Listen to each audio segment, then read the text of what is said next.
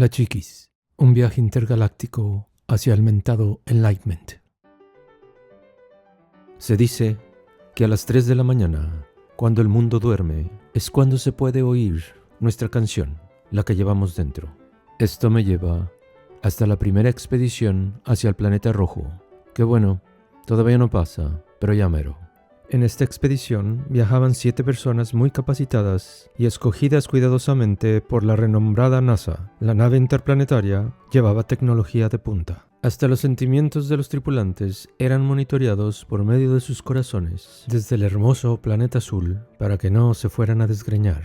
Creo que sería bueno ponerle nombre a nuestra nave interplanetaria, ya que estará orbitando por varias páginas de nuestra historia. La llamaremos La Chiquis, porque está chiquitita al lado del universo.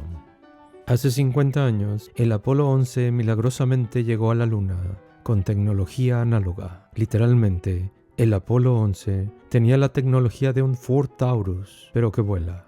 Esta vez, la NASA estaba preparada con precisión quirúrgica digital. Por esta razón, nuestros tripulantes viajaban tranquilos. Una mañana, a bordo de la Chiquis, los muchachos gozaban de un desayuno espacial y no especial. De repente, el sistema de comunicación dejó de funcionar. Los tripulantes dejaron inmediatamente sus galácticos desayunos, los cuales se suspendieron alrededor de la cabina por falta de gravedad. A pesar de que todos los demás instrumentos siguieron trabajando perfectamente en la Chiquis, nuestra tripulación se llenó de pánico, tratando de recobrar comunicación con el pequeño y queridísimo planeta azul. El capitán decidió que sin comunicación sería imposible seguir con la misión. En una de las esquinas de la cabina se encontraba Rick. A este le tendremos que poner nombre, porque es así como que nuestro héroe. El capitán se dio cuenta de que el Rick traía algo que no quería soltar. Al capitán no le vamos a poner nombre por su alto rango, y la neta, no sería bueno revelar su identidad por eso de las demandas. El capitán tomó nuevamente la palabra y dijo: ¿Estamos todos de acuerdo? Todos levantaron la mano, excepto Rick, que se encogía con la cabeza agachada en una de las esquinas de la cabina. El capitán le dijo: ¿Y tú qué traes? Rick levantó su cabeza y para nuestra suerte, Rick solo hablaba español. Y dijo: con todo respeto, mi capitán, yo me quedo en la nave. ¿Pero cómo?, replicó el capitán. Eso sería un suicidio. Rick le contestó con humildad: no sé, mi capitán, tal vez el suicidio sea bueno. Yo ya no tengo nada a que regresar al planeta azul. Yo vine a esta expedición no porque yo quisiera. El capitán le dijo: entonces, desde que era niño, algo dentro de mí me iba dirigiendo, y yo no sé por qué, pero ya estoy aquí, y durante toda mi vida solo pensaba en este momento. Así que me quedo, mi capitán. Al día siguiente, la tripulación de la Chiquis se embarcó en la mini Chiquis, zarpando de regreso al planeta azul. Rick por una de las ventanas los vio alejarse y perderse en el negro universo. A Rick, en vez de darle pánico, lentamente caminó hacia el asiento del capitán y se detuvo por un momento, mirándolo con respeto. Después se sentó. En sus ojos se podía ver un orgullo, pero no era un orgullo como el que conocemos aquí en el planeta azul. Era un orgullo colectivo. Rick, sentado, miró al espacio exterior. Pareciera que el espacio fuera como su sangre que fluía dentro de él. Su sistema nervioso mandando descargas eléctricas por todo su cuerpo, haciendo brillar sus 86 billones de neuronas dentro de él. Rick se dijo a sí mismo: ahora entiendo. Estamos conectados. Rick tomó una de las empaquetadas comidas. Abriéndola, dejó flotar una French fry que venía dentro. Esta comida no era solamente espacial, sino especial. Este sobrecito en el que venía estaba reservado para ocasiones especiales, o sea, de celebración, ya que contenía comida tradicional del planeta azul. Rick observó a la French fry girando lentamente, como cuando algún pequeño hace ruedas de carreta en algún parque. Rick miró el calendario que se había traído al viaje. Era un calendario de un negocio de hojalatería y pintura que colgó en una de las palanquitas del Master Control de la Chiquis. El calendario traía fotos de mujeres físicamente llamativas, vistiendo shortcitos de mezclilla, junto a carros deportivos. En el calendario, Rick había marcado los 9 meses transcurridos en su viaje. Rick se miraba en el reflejo de una de las ventanas de la Chiquis, acariciando su crecida barba, mientras observaba su ya largo pelo. El suave sonido de los instrumentos en la mesa de control era como un masaje a su corazón. Rick se abrió un lunch, porque depende del color del paquetito, simbolizaba si era desayuno, lunch o cena. Los transparentes eran snack, o sea, cuando quieras. Mientras comía, pensaba en sus compañeros, que para estas horas estarían llegando al planeta azul.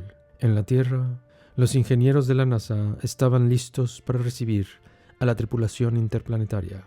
Sacaron la cápsula del Océano Atlántico. Alrededor de la cápsula, un sinfín de lanchas cargadas con reporteros y todos los medios televisivos. La compuerta se abrió y la tripulación salió uno a uno. Todos aplaudían efusivamente. Finalmente salió el capitán. Los reporteros se le acercaron poniendo sus micrófonos cerca de él. Uno de ellos preguntó sorprendido: ¿y el Rick?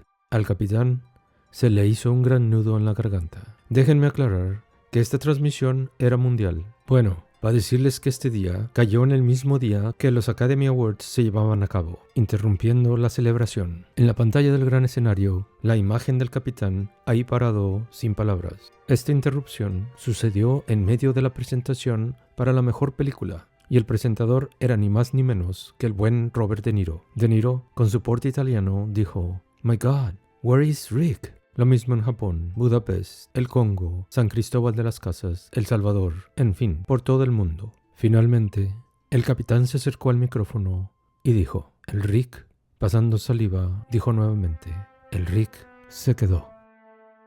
Un silencio total inundó al planeta azul.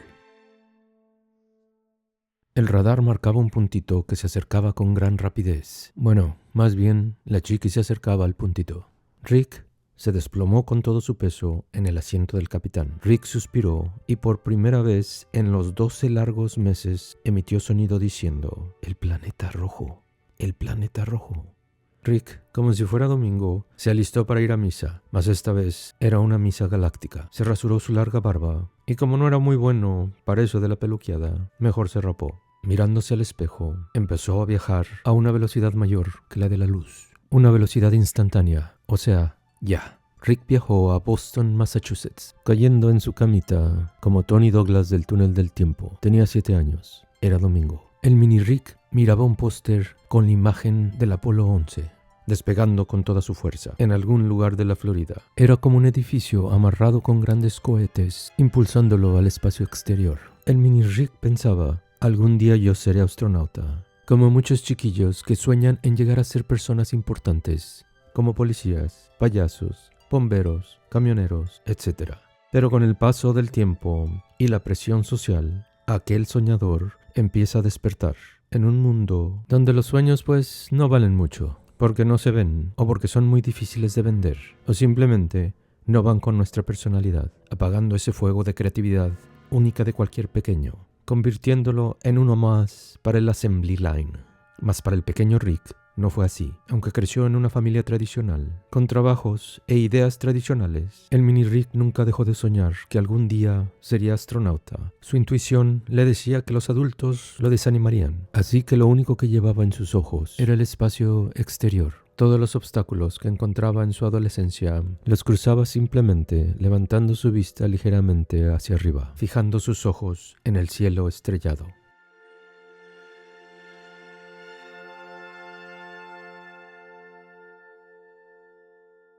Mas el día más temido llegó. El mini Rick se había convertido en el mediano Rick. Ese día se le apareció la Lori Stevens, una hermosa rubia con sonrisa celestial y ojos de cometa Halley. Su valor era similar al del universo completito. El mediano Rick se encandiló como cuando a un venado le echan las altas en la carretera. Mientras la Lori hablaba de cosas dulces, el mediano Rick veía como la hermosa boca de Lori se movía, pero él no oía nada de lo que decía. Parecía que algún mecanismo interior del fabuloso Rick estaba actuando sin su consentimiento, desconectando un cable auditivo, como cuando el estéreo de la sala no quiere tocar, porque la muchacha barriendo, sin darse cuenta, lo desconectó. Parecía interminable la actuación de Lori. Claro, era una actuación natural, porque todos somos actores profesionales, pero no lo sabemos. Hasta que de repente, los labios acolchonaditos de la Lori se cerraron. Rick se quedó mudo viéndola, como si su sistema se hubiera trazado 2 microsegundos. Suddenly, dentro de Rick se conectó el cable auditivo y con un estruendo regresó al sonido terrestre. Pero no así de clarito, como todos lo oímos. Se oía como cuando con nuestros dedos detenemos un disco de vinil y los sonidos que emite se oyen como diabólicos, hasta que lo dejamos ir y todo regresa a su normalidad.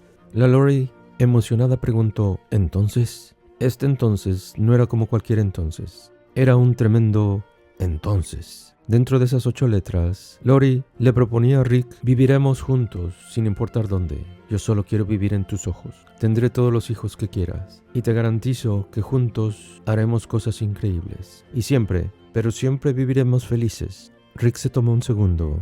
Aquí, el mediano Rick se cuajó y se convirtió en el Rick.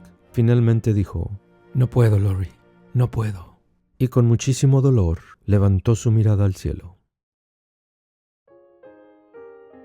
Rick, mirándose en el espejo intergaláctico, entendió que le acababa de suceder. Ni más ni menos había viajado a través del tiempo. O sea, la esperada máquina del tiempo. Pero no como en las películas, con un tipo de navecita o en un carro DeLorean. Esto era mucho más sofisticado. Rick había viajado dentro de su DNA. Rick entró a la cabina de controles de la Chiquis. Una luz terracota alumbraba toda la cabina. La Chiquis y el Rick estaban cerca del planeta rojo. Rick se posesionó del asiento del capitán, que más bien era suyo, porque el Capi le corrió. Rick lentamente jaló una palanquita que cambiaría a la Chiquis de tipo automático a tipo manual. Y con esto no es de que de repente saliera un volante de Maverick con claxon o algo así. Cuando Rick jaló la palanquita, sonó una alarma, como diciendo: ¿neta, Rick? ¿Te vas a aventar el paquete solo? Rick sabía que no había de otra, porque la inteligencia de la NASA estaba fuera de comunicación. Así que el Rick presionó todos los botones necesarios para que la Chiquis se preparara para su landing. Rick se abrochó su cinturón, por si las diole, abrió bien los ojos, tomó una respiración profunda y finalmente se le dibujó una sonrisa con el valor de un Picasso o un Pollock. Esta sonrisa había estado guardada en algún cajón dentro del Rick, desde que se le había metido la idea de ser astronauta. Rick, como ya le había encontrado a eso de los viajes por el DNA, agarró lejos de nuevo. Se fue al día en que Rick se le metió esto de ser astronauta. Su padre lo llevaba de la mano. Rick solo tenía 4 años. En ese día, los dos iban a una miscelánea con el nombre de La Blanquita. Y sí, ya sé que vivían en Boston, pero a su padre le gustaba ir al barrio mexicano porque en La Blanquita sabían cómo congelar los gansitos marinela. Rick y su padre llegaron a La Blanquita y el Mini se acercó a la vitrina donde tenían una variedad de dulces enfilados, presentándolos como joyas, y esto por falta de mercancía. El Mini, con su naricita pegada al vidrio, miraba todo aquel desfile de dulces. Sus ojitos vieron un sobrecito interesante. El Mini le jaló el suéter a su padre y apuntó con su dedito a aquel sobrecito. El propietario se dio cuenta que el Mini quería uno de los artículos. Hablando en español le dijo: ¿este, mijo? ¿Este? El Mini dijo: sí, ese. Su padre, confundido, miró al Mini porque nunca lo había oído hablar español. El Mini nunca volvió a hablar inglés. Así que sus padres se tuvieron que dar a la tarea de estudiar Spanish 1, 2 y 3. El dueño de La Blanquita le dio el sobrecito al Mini. El Mini lo tomó en sus manitas, estudiándolo. El sobrecito era de un material como el de los chicles Bazooka Joe, así como resbaloso. El Mini abrió el sobre. Dentro del sobre traía una estampa con un cohete en plena misión espacial. Mientras su padre saboreaba su gansito, el Mini viajaba al espacio exterior, su mundo.